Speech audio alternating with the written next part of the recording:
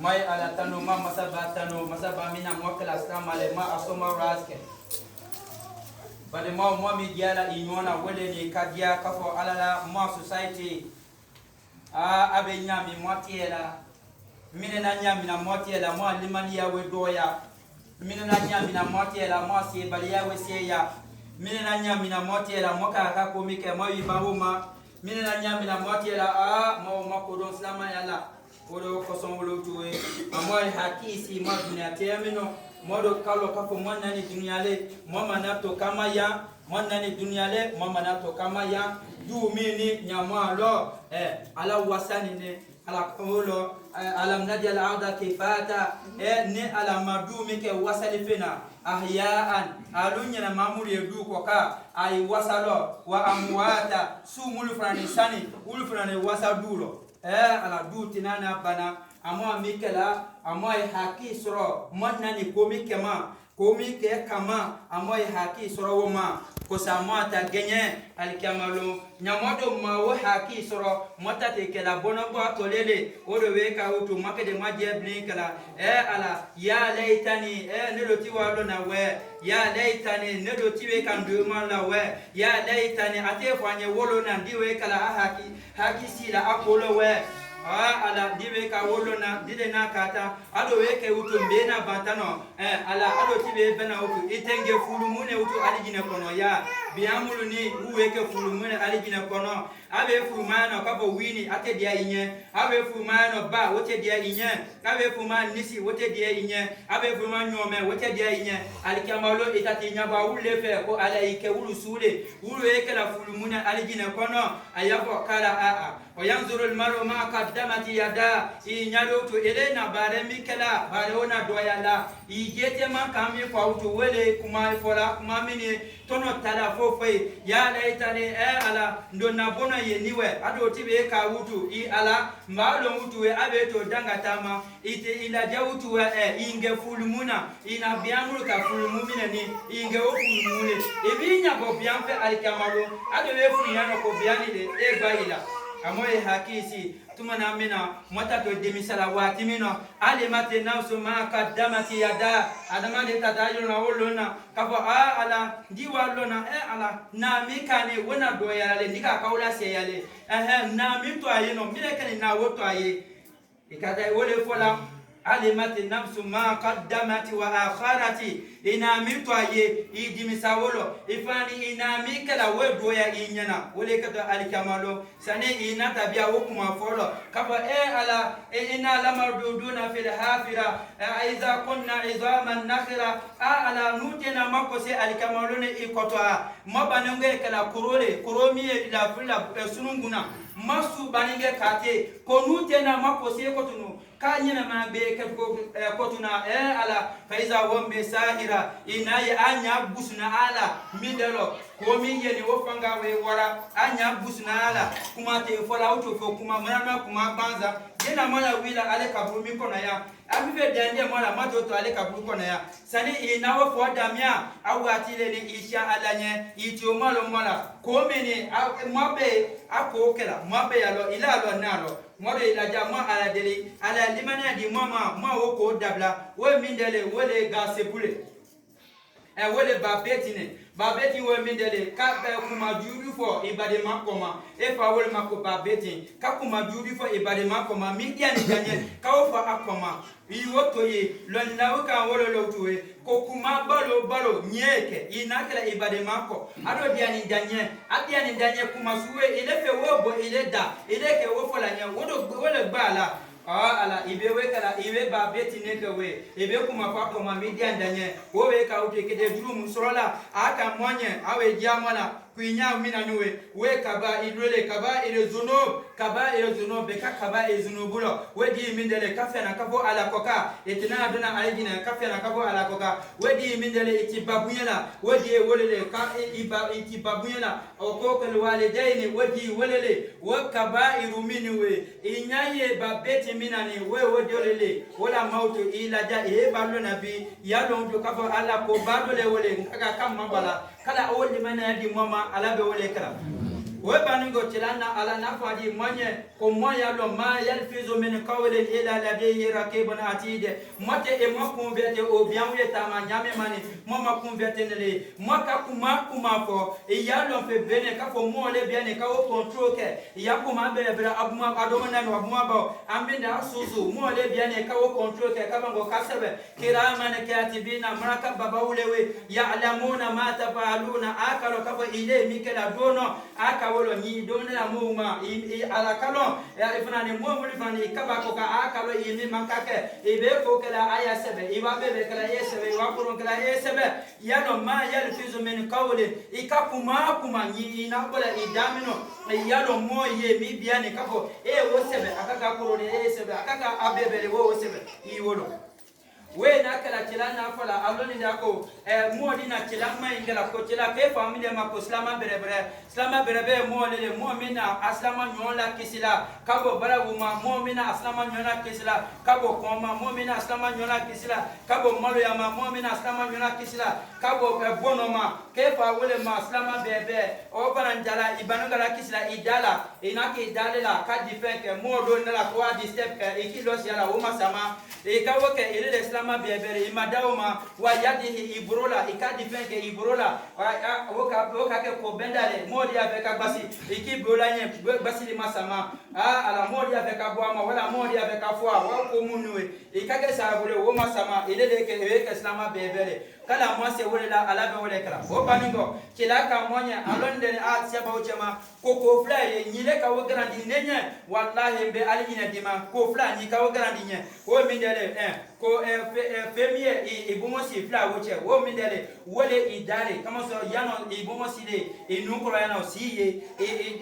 idako siye o fla woche lo femie de ye wole dale kunyi kase we grandi la nenye kabo wote na biala ko julo kama so kamalo ala kete niemine jangatela mo fambele niemine wole jangata to mo fambele niele ka sabule geli bona dukro ko ka niele ka sabule israeli badona niele ka sabule isra ko tiene susu nie dukro ko ka niele ka sabule ikawi wokela we niemine wole jangata to al kamalo mo fambele webe ba tilako kiyo grandi anya itinana idabela kolo aslama ya diende mema yako ni kadnyo ma fa elewe femie isembia woche ibeso grandi anya idnie ani femie isembia woche ibeso grandi nenye netira ba muhammad ni kawo fla grandi nenye wala be ale jinadima awe jiaw to kafo wo femla le mo la tarajana makono nya idami la tajana makono femie isembia woche wila tajana makono ni mafwa modi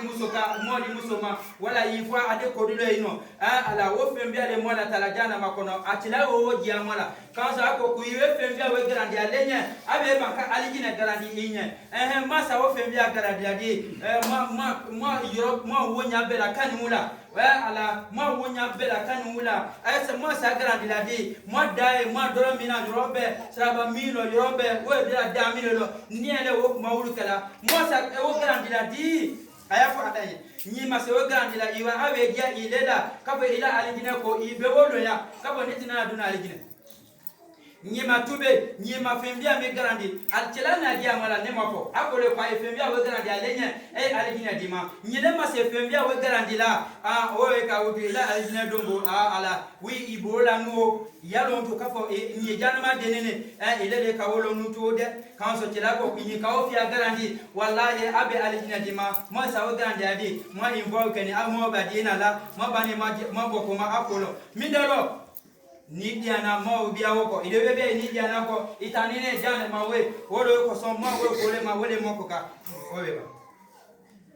chela frani waji amala ko momo ni lesiani alanya isiana alanya ifani lani alikamalo na kafa inyame mani ikide kosela alikamalo ebe kwala ali bela le kaburu mikono wo kaburu ke de kumanya ile ke mini ikabobole ite kumala wolo na ibini bi ite kumala mine na ikabobole bi ay bamba ay mainga ite inya makande wolona iti bamba na du ko na ita robe mire ke ne bi ite yeni kala ele chani mini fo aja suma duma mo tiki ka mire ke ne bi ya suma duma we sande ka ke midele suma dule mini ni dia wolo o kuma o foti ma domina i miri woma ni kalo ka fo o foti ma ifana ni be bela du kono ibe na ko ikede na ko ila ni wola ku yemide ke ko flale fon ila tilala ila alala bana ila midala ko altamano nato ngete wila ala ta don George kala ye na ko mikala ala ta do mai ngala mine ni diamino fala nasalanna hum ajma'in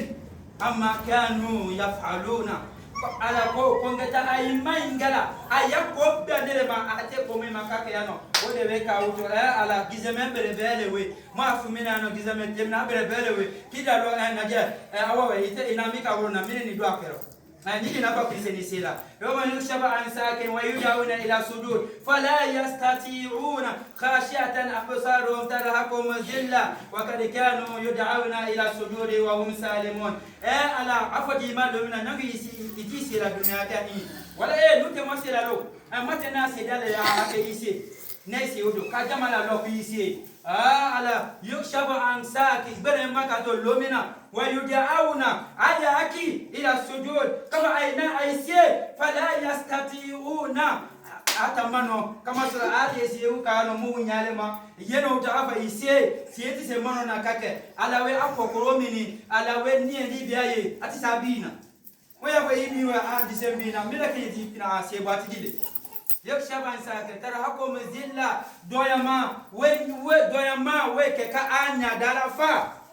midalo kama sura ate kila kata silama ya mano ate falanya ati nasi jelo ati bana wasi goma wakanu yudauna ila sujud wa salimuna ate kila dunia kuna ya inate kisi ya basi goma nate temito ya ibawoma nate taketa abani woma wote kala ala dunia kuna abani ndewoma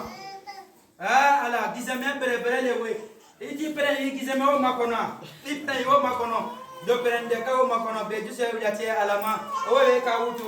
yako ijebu nuda mine wale afole mi mama wale afole amima wale akele wala nato ye ka so ndi sala be de domina ndi sala ndamano ndi sala ndakolo ndi sala ala ka kanyama akete ndi sala ala le kala kede nganyame ma ikalo ala kidi kanyame ma ikawolo mo be wofunya wo be nake ikako ikalo ala kidi kanyame ma jana makuma te wala jana ma de kuma te wala ato ni kawolo celako ki mideke ikuma fo wala mideke ima kawa na kuma jufa modima ato ne ima ni dangake ko flawla ima lole atirado na amu chama akodi alumo jasa akalo mideto ko babeta akawola kamo no koma fo ikawo akawola cila numa wolo ala le kalo wo bango ile cila anyote numa wala Allahu ya'lam ala lekalo wa rasulu wa bango ile tila ile lekalo numa lo ala ko tila ko la ya ka o mine wele ka kumadi fo ibade makoma media ninde anye ko fa wole ma ko ale riba we fa ma ko babeti chedi ko tila nado kada suro ka fa na kuma mi fa na kema wala lo edi na fa na kema le go era chebe mini we walo Chilako chegbele chilako rodo nyakata soro inawo fama akọ adu ya lo iba kasi alewe ba beti ne nyero kala soro inafa chebe kafa ma chefi ko miniwe wu ya lala ijeso ka che senge man mino lo na wole ma kote ba beti ni chilaka mi ma kwalo amwala gbo wosu ke senge man nyagbe miniwe ado te lo nya suma fu ya fole nyagbe wole do alo woko chef miniwe ado te lo nya ma fu ya fo chef man da miniwe ate lo ma fo we wote babeti no migbani ya ma agbani wote babeti waka kumadi fama sani ina amata na ako idiri na fanya ndo kama ja wallahi asidile kana na fo na fanya ina mi fola wa kama chero inafa pini kawo ke akoma kiwe iwa afangelewe ode we kawo do mowe mosha madam ya de apa mo ko nyuma kadi mama ala do wole kala kumala fema masidano rabbana atina fid dunya hasanatan wa qina adhaban nar wa qina adhaban nar rabbana la tuzigh qulubana ba'da idh hadaytana wa hab lana min ladunka rahmatan innaka antal wahhab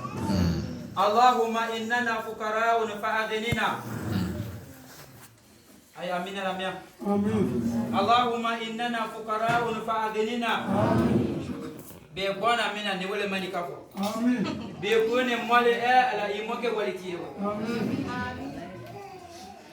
innana fuqara'un fa'aghnina amin wa innana zulala'un fa'izina amin wa innana du'afa'un faqawina amin wa innana muradha'un fa'ashfina